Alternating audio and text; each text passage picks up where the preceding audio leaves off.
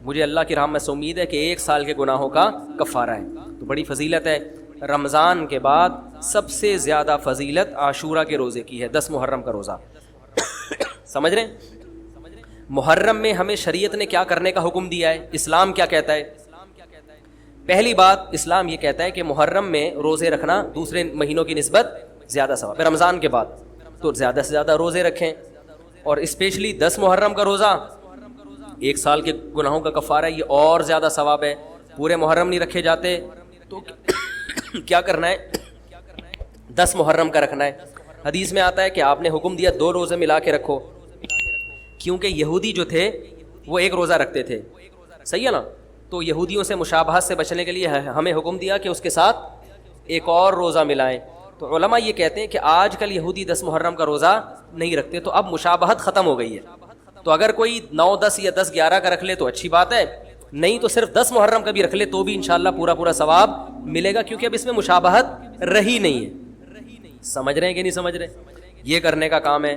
دوسرا کام, محرم میں گناہ دوسرے مہینوں کی نسبت زیادہ, اس کی قباحت زیادہ بڑھ جاتی ہے, کیونکہ 4 مہینے محترم ہیں, شوال, ذیقعدہ,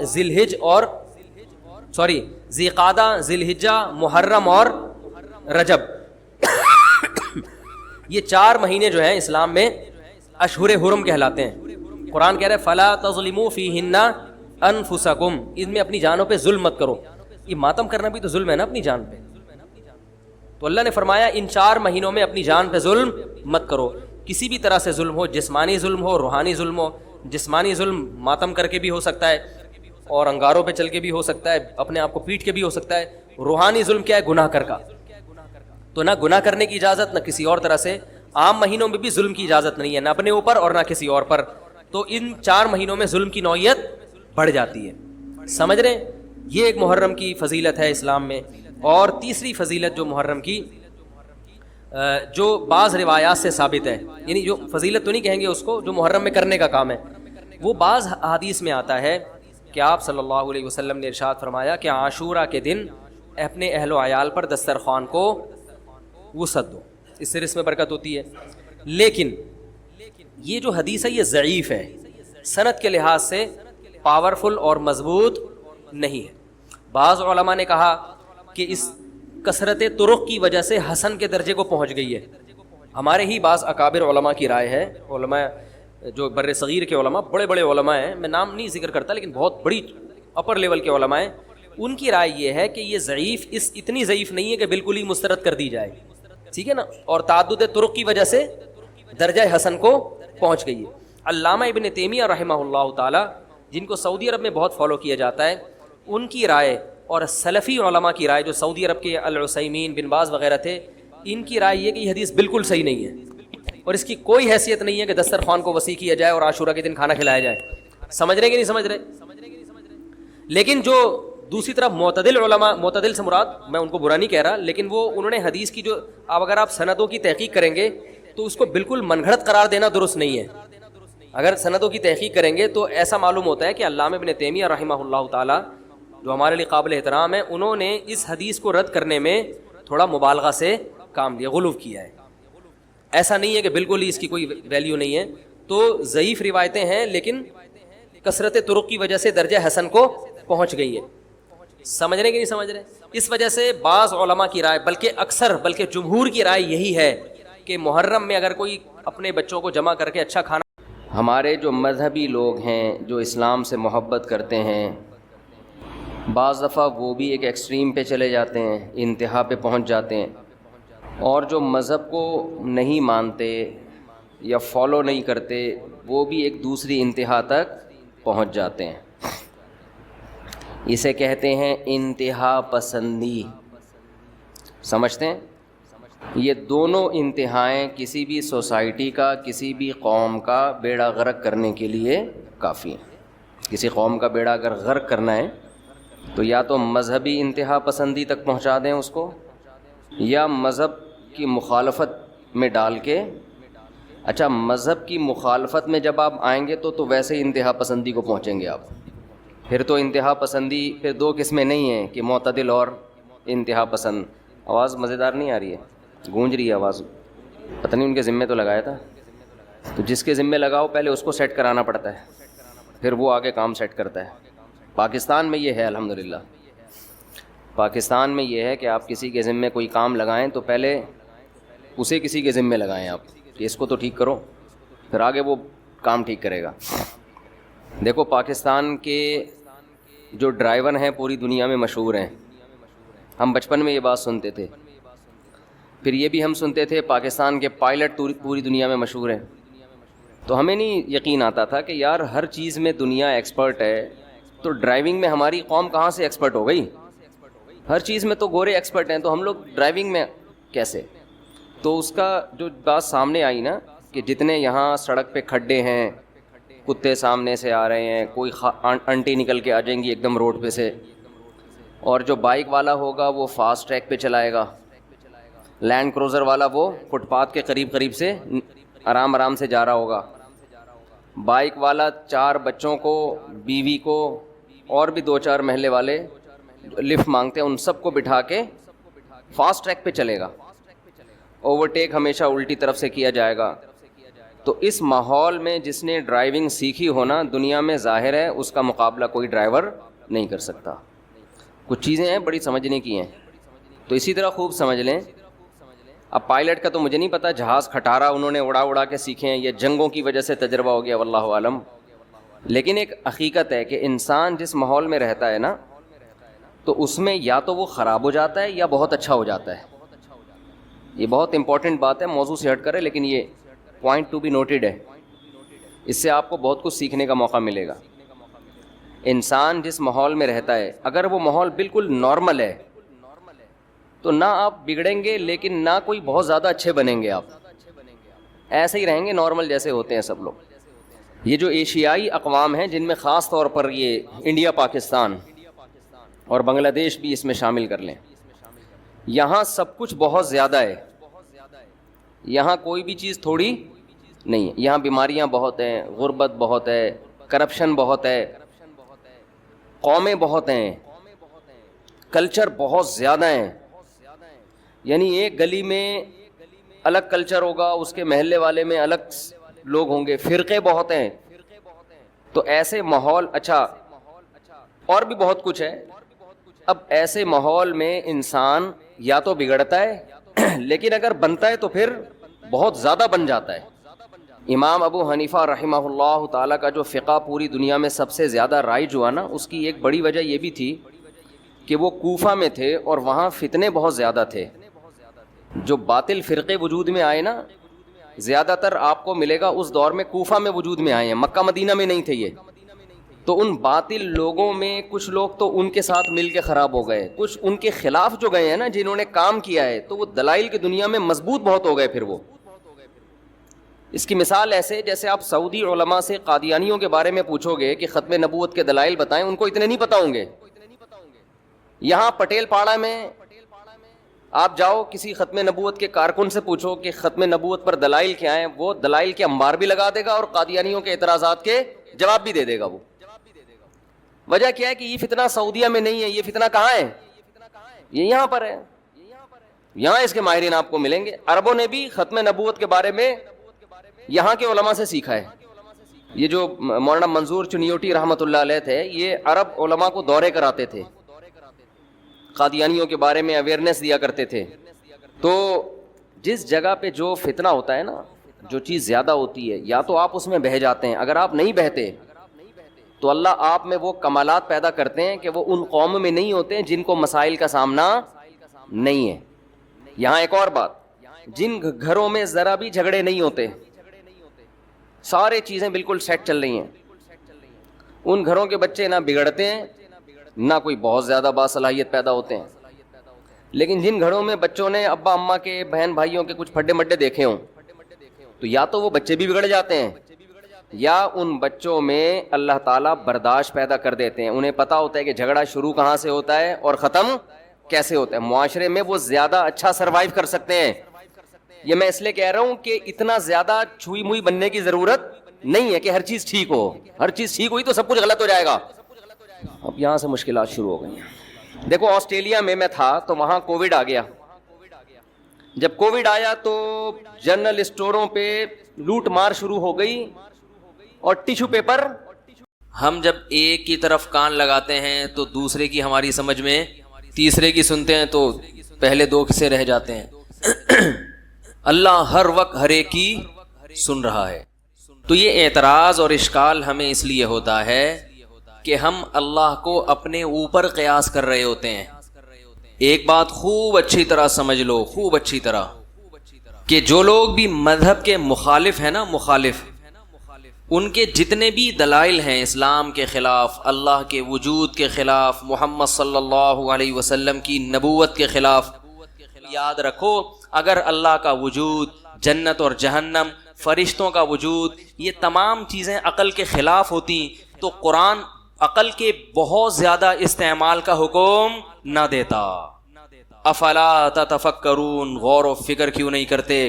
ان فی خلق السماوات والارض لآیات لأولی الالباب، فرمایا آسمان اور زمینوں کے پیدائش میں عقل والوں کے لیے نشانیاں ہیں۔ افلا تعقلون، عقل سے کام کیوں نہیں لیتے؟ افلا یتدبرون، تدبر کیوں نہیں کرتے؟ خوب اچھی طرح گہرائی میں گھس کے غور کیوں نہیں کرتے؟ ام علی قلوب اقفالها، دلوں پہ تالے پڑ گئے ہیں، سوچتے کیوں نہیں ہو؟ اور یہ کہتے ہیں کہ ہماری عقل، ہم عقل سے فیصلہ کراتے ہیں۔ اگر عقل سے فیصلہ کرا رہے ہوتے میرے بھائی تو بے عقلی کی باتیں نہیں کر رہے ہوتے۔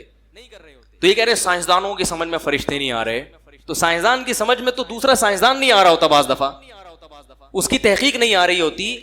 تو ہر چیز کو اللہ نے ایک محدود صلاحیت دی ہے، آنکھ کی ایک محدود صلاحیت، کانوں کی ایک محدود صلاحیت، سونگنے کی ایک محدود صلاحیت، تو سوچنے کی بھی اللہ نے ایک محدود صلاحیت دی ہے۔ اس سے آگے دماغ اس پہ ریسرچ کر ہی نہیں سکتا ہے۔ تو یہ جو چیزیں ہیں فرشتوں کا وجود، یہ ہمیں اسلام سے پتہ چلی ہیں۔ اگر اسلام کا برحق ہونا ثابت ہو جائے دوسرے دلائل سے تو اسلام جو بات کہے گا اس کا برحق ہونے کے لیے الگ سے دلیل کی ضرورت نہیں ہوگی۔ جیسے جج کے سامنے دو گواہوں کا برحق ہونا ثابت ہو جائے کسی اور دلیل سے، تو جو دو گواہ کسی اور کے حق میں جب گواہی دیں گے تو اس گواہی کے لیے جج کے پاس الگ سے دلیل ہونا ضروری نہیں ہے، کیونکہ جج سے کے سامنے اس دلیل سے ایک چیز ثابت ہو گئی ہے جس دلیل کا برحق ہونا کسی اور دلیل سے ثابت ہو گیا ہے۔ تو فرشتوں کا جو وجود ہے اس کا برحق ہونا ایسی دلیل سے ثابت ہے جس دلیل کا برحق ہونا کسی اور دلیل سے ثابت ہے۔ وہ دلیل کیا ہے وہ ایک الگ ٹاپک ہے، ابھی میں اس پہ بات نہیں کروں گا۔ تو اسلام کا برحق ہونا اتنے دلائل سے ثابت ہو چکا ہے کہ اب اسلام جو جو دعوے کرے گا ان میں ہر دعوے کے لیے آپ کے پاس دلیل کا ہونا ضروری نہیں ہے، کیونکہ اگر ہر دعوے کے لیے دلیل کا ہونا ضروری ہوتا تو پھر اسلام کی دلیل کی کیا ضرورت تھی آپ کو؟ ارے بھائی جج نے دو گواہ بلائے کہ بھائی یہ بندہ صحیح کہہ رہا ہے غلط کہہ رہا ہے، تم گواہی دو۔ یہ جج اسی لیے بلاتا ہے نا کہ جج کے پاس اس آدمی کے برحق ہونے کی اس کے علاوہ کوئی دلیل نہیں ہوتی، اگر ہو تو ان دونوں کی کیا ضرورت ہے؟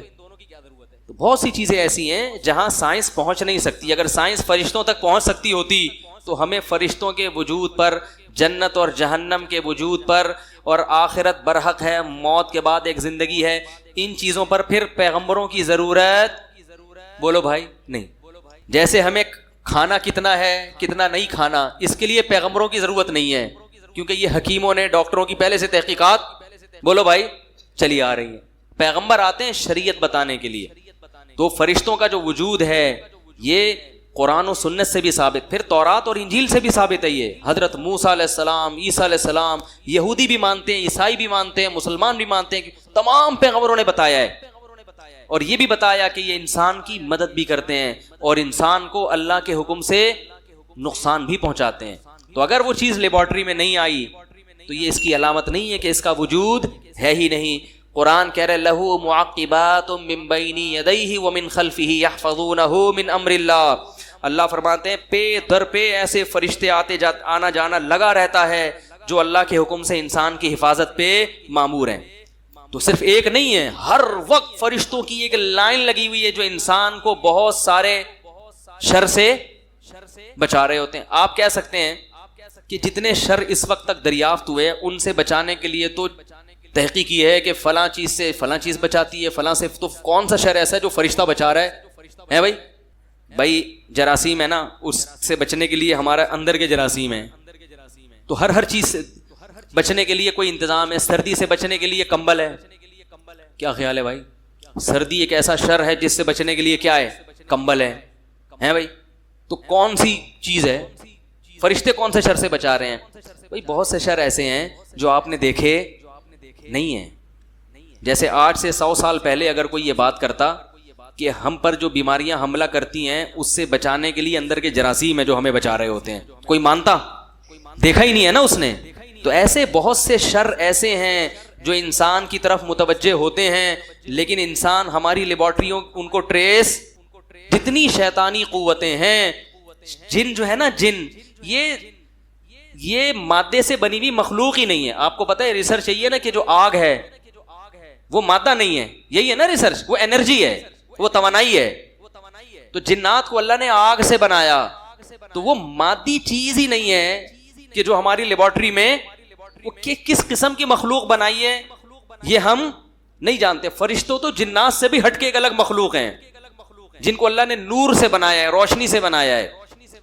تو اب کون کون سی چیزیں شر ایسے ہیں جو ہم پہ حملہ کرتے, لیکن کسی کا مذہب بھی قبول نہیں کرو. دیکھو ہندو بھی ہیں ہمارے ملک میں, عیسائی بھی ہیں, وہ تو بالکل ہی الگ مذہب ہے نا, وہ تو اللہ رسول کو صاف لفظوں میں انکار کرتے ہیں. تو ہم کہتے ہیں بھائی ٹھیک ہے, تم لکم دینکم ولی دین, تم جاؤ, تمہیں جو سمجھ میں آتا ہے کرو. تو ایسے ہی شیعہ سنی کا جو اختلاف ہے وہ اگر زبان کی حد تک رہے, دلائل کی حد تک رہے تو ٹھیک ہے. لڑائی بڑائی والا معاملہ ہوگا تو معاملہ کیا بنے گا؟ کیچڑ اچھالنا ایک دوسرے پہ. تو میں ایک بات آپ سے کر رہا ہوں کہ آپ اپنے بارے میں یہ فیصلہ کریں کہ آپ کیا ہیں, یا تو ادھر ہو جائیں یا ادھر ہو جائیں.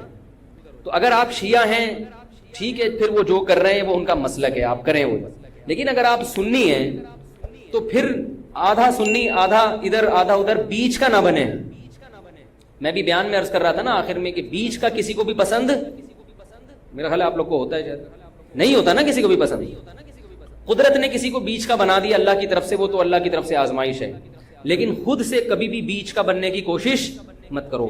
تو یا تو ادھر ہو جاؤ یا ادھر ہو جاؤ. اب ہمارے ہاں لوگ کیا کر رہے ہیں, جو سنی ہیں سنی, محرم میں حلیم پکا رہے ہیں, حلیم کھا رہے ہیں, محرم میں سبیلیں لگا کے بیٹھے ہوئے ہیں, سبیلوں سے پانی پی رہے ہیں, محرم میں مرثیے سن رہے ہیں, رکشے والے بھی مرثیے لگا کے, ٹیکسی والے بھی مرثیے لگا کے.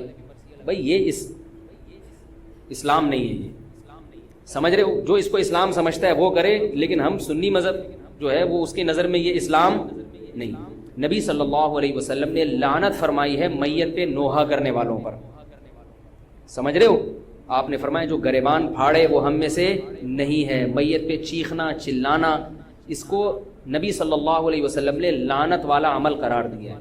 شہادت پہ چیخنا چلانا کسی کی, حضرت جعفر طیار رضی اللہ تعالیٰ عنہ اہل بیت میں سے تھے. وہ جب شہید ہوئے ہیں جوانی میں, ان کی 4 بیویاں تھیں, بیوہ ہو گئیں. معذرت کے ساتھ یہ میں ٹاپک نہیں لا رہا, جو خود سے آ رہا ہے اسے آنے دو. اب شہید ہی چار بیویاں ہی بیوہ ہوئی تھی, تو میں ان کو آپ کی خوش کرنے کے لیے ایک تو نہیں کر سکتا نا. ان کی 4 بیویاں کیا ہو گئی, بیوہ ہو گئی. تو جب ان کے گھر میں اطلاع ملی ہے کہ آپ کے جوان شوہر شہید ہو گئے, تو ان کے رونے کی آوازیں آئی ہیں, چیخنے چلانے کی آوازیں آئی. آپ صلی اللہ علیہ وسلم کو اتنا غضب آیا, آپ نے فرمایا کہ جاؤ خاک پھینک کر آ جاؤ ان کے منہ. اب ان سے کہو کہ اپنی آوازوں کو پس کریں. حضرت جعفر طیار بھی اہل بیت میں سے تھے, نبی کے سگے چچا کے بیٹے تھے. تو اہل بیت کی شہادت پر آپ صلی اللہ علیہ وسلم نے چیخنے چلانے سے, رونے سے منع کیا. اور حضرت جعفر طیار ظلمن شہید ہوئے تھے نا, ظلم ہوا تھا ان کے اوپر.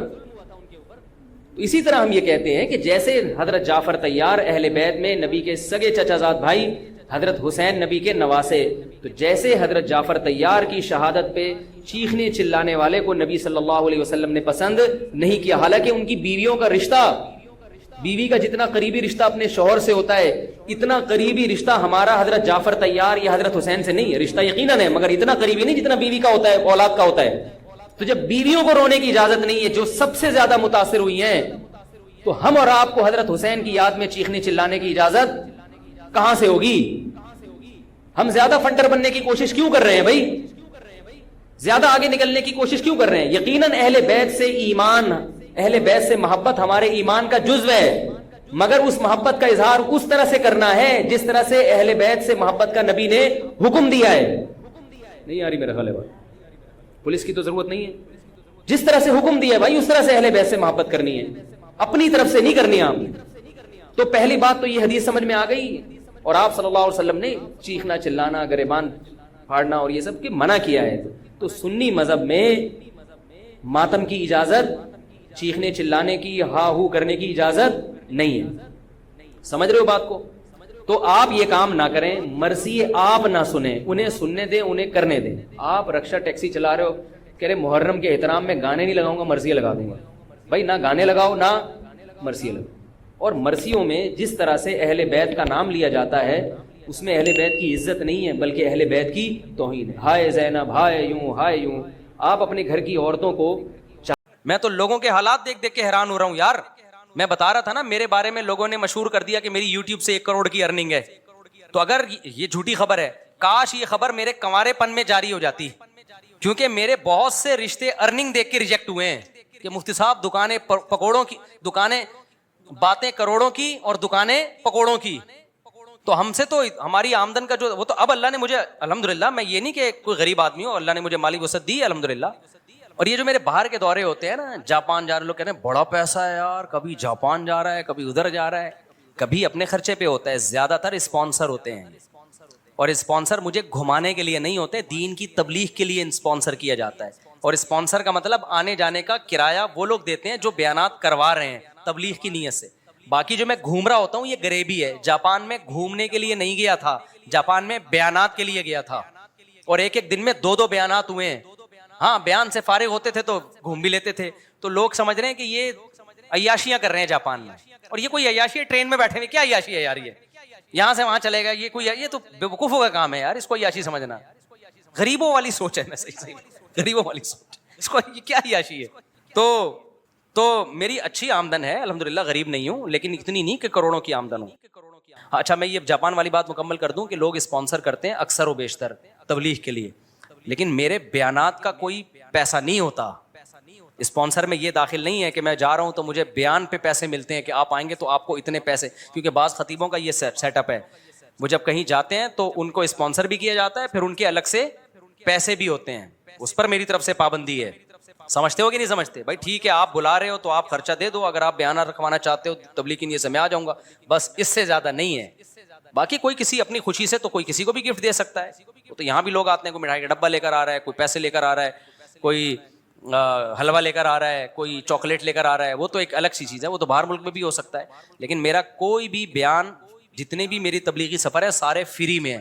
بہت زیادہ یہ ہوتا ہے کہ وہ آنے جانے کا خرچہ اور وہاں رہائش کا خرچہ وہ لوگ اٹھاتے ہیں, وہ بھی خرچے کی صورت میں نہیں, رہائش دے دیتے ہیں. اکثر تو میں گھروں میں ہی رہتا ہوں, ہوٹلوں میں نہیں رہتا میں. ہاں کبھی ایسا بھی ہوتا ہے کہ میں اپنے خرچے پہ چلا جاتا ہوں, کبھی ایسا بھی ہوتا ہے. بعض جگہوں پہ تو ایسا ہوتا ہے کہ میں تبلیغ کی ضرورت محسوس کرتا ہوں, وہ جب مجھے بلاتے ہیں تو میں ان سے کہتا ہوں اگر آپ کرایہ نہیں اٹھا سکتے تو یہ میں خود اپنا کرایہ خرچ کر کے آؤں گا. یعنی یہ جو تبلیغ کے میرے دورے ہیں یہ کوئی پروفیشنل نہیں ہے, جو میرا ارننگ سورس آف انکم نہیں ہے یہ. کیونکہ لوگ یہ بھی سمجھتے ہیں کہ شاید یہ مولانا لوگ جو جا رہے ہوتے ہیں نا اتنی تبلیغ کے لیے, تو یہ ان کو کوئی, یہ دین کی تبلیغ فری میں ہوتی ہے. ایک ہندو نے میرے بیان, جاپان والے بیان میں نیچے کمنٹس کیے ہوئے تھے کہ یہ مسلمانوں کے مذہبی رہنماؤں کو دیکھو کیسے دنیا پرست ہیں, کتنی عیاشی, کبھی جاپان جا رہے ہیں, کبھی آسٹریلیا جا رہے ہیں, کبھی ملیشیا جا رہے ہیں, کبھی تھائی لینڈ جا رہے ہیں, اور ہمارے پنڈت دیکھو. ایک ہندو نے کمنٹس کیے ہوئے تھے ہمارے پنڈت دیکھو. تو میں اس طرح کے ہندوؤں سے یہ بات کہنا چاہتا ہوں کہ یہ اسلام کے زندہ ہونے کی دلیل ہے. مسلمان پوری دنیا میں ہیں اور وہ سمجھتے ہیں اسلام برحق مذہب ہے, تو لاکھوں روپے خرچ کرتے ہیں اس کی تبلیغ کے لیے, خرچہ اٹھاتے ہیں کہ مسلمان اسکالرس کو بلا کے ہم نے ان سے بیانات کروانے ہیں. اس میں نہ ان کا فائدہ ہوتا ہے دنیا کا, نہ میرا کوئی دنیا کا فائدہ ہوتا ہے. سمجھتے ہو کہ نہیں سمجھتے؟ دوسرے مذہبی رہنماؤں کو ان کے مریدین اتنا پروٹوکول دیتے نہیں ہیں. اب جاپان میں جو ہندو ہیں وہ کبھی یہ نہیں کریں گے کہ انڈیا سے ہندو کو اسپانسر کریں اور دین کی تبلیغ کے لیے بلائیں. وہ اتنا پیسہ خرچ کرنے کا ان کے پاس دل ہی نہیں ہے. یہ دل اور جگر اللہ نے کس کو دیا ہے؟ یہ مسلمانوں کو دیا ہے. تو یہ اسلام کے زندہ ہونے کی دلیل ہے. یہ نہیں آئی میرا خیال ہے بات. تبھی آپ دیکھو مفتی تقی عثمانی صاحب پوری دنیا جا چکے ہیں. یہ تفریحی سفر تھوڑی, ان کے دنیا میں جتنے سفر ہوئے تبلیغ کے سفر ہوئے ہیں. مولانا طارق جمیل پوری دنیا جا چکے ہیں, پوری دنیا کا ایک چپا بھی انہوں نے نہیں چھوڑا ہوگا. تو آپ کیا سمجھتے ہو یہ کیا گھومنے پھرنے گئے تھے؟ یہ تبلیغ کے لیے. تو جن لوگوں نے بلایا لاکھوں روپے خرچ کیے ان لوگوں نے, حضرت مفتی تقی عثمانی صاحب پہ بھی, میرے پر بھی خرچ کرتے ہیں. تبلیغ یہ میرے پہ نہیں ہو رہے, یہ کس پہ ہو رہے ہیں؟ یہ اسلام پہ خرچ ہو رہا ہے. تو کسی اور مذہب کے حاملین میں اتنا جگر ہی نہیں ہے کہ وہ اپنے مذہب کی تبلیغ پہ اتنے روپے خرچ کریں. یہ مسلمانوں کو اللہ نے جگر دیا ہے. اور تھوڑے تھوڑے تاجر بھی ٹھیک ٹھاک خرچہ کر رہے ہوتے ہیں. سمجھ میں آ رہی ہے کہ نہیں آ رہی ہے؟ تو بھائی یہ اسلام کے زندہ ہونے کی دلیل ہے کہ مسلم. میں جب عالم بن رہا تھا تو میں آپ کو بتاؤں, مجھے لوگوں نے تانا دیا کہ ملا کی دوڑ مسجد تک, اور میرا بھی یہی خیال تھا کہ میں مسجد اور گھر کے علاوہ کہیں بھی نہیں جا سکتا. جاپان کا تو میں نے خواب بھی نہیں دیکھا تھا. مجھے کسی نے دوسرے نے کہا کہ آپ اگر عالم بن گئے نا اور علم میں مضبوطی ہوئی تو مفتی صاحب, مجھے اس وقت تو مفتی صاحب نہیں کہتے تھے لوگ, اس وقت جو بھی مجھے نام سے پکارا, جس نے بھی, جو دوست کا, بھائی کا, جو بھی کہا, اس نے کہا آپ کے پوری دنیا میں سفر ہوں گے. مجھے لگا کہ اس سے بڑا لطیفہ میں نے اس سے پہلے دنیا میں کبھی سنا نہیں, کہ میں ملا آدمی, قرآن و سنت جاننے والا, نہ کسی کمپنی میں اس سرٹیفکیٹ کی بنیاد پر مجھے اچھی جاب مل سکتی ہے. پھر ہم تو روحانی عملیات والوں کے بھی خلاف ہیں, ورنہ مذہبی لوگ وہ روحانیت کے نام پہ ٹھیک ٹھاک نوٹ چھاپتے ہیں. تو ہم نے تو کیا کرنا ہے, ہم نے تو مدرسے سے فارغ ہو کے کوئی مسجد سنبھال کے لوگوں کو اللہ اللہ سکھانا ہے, حلال حرام کے مسئلے بتانے. مسئلہ بتانے پہ 5 روپے بھی نہیں ملتے. یہاں جو ہمارے پاس مسائل آتے ہیں نا, لوگ سوال دے کے جاتے ہیں, ایک ایک مسئلے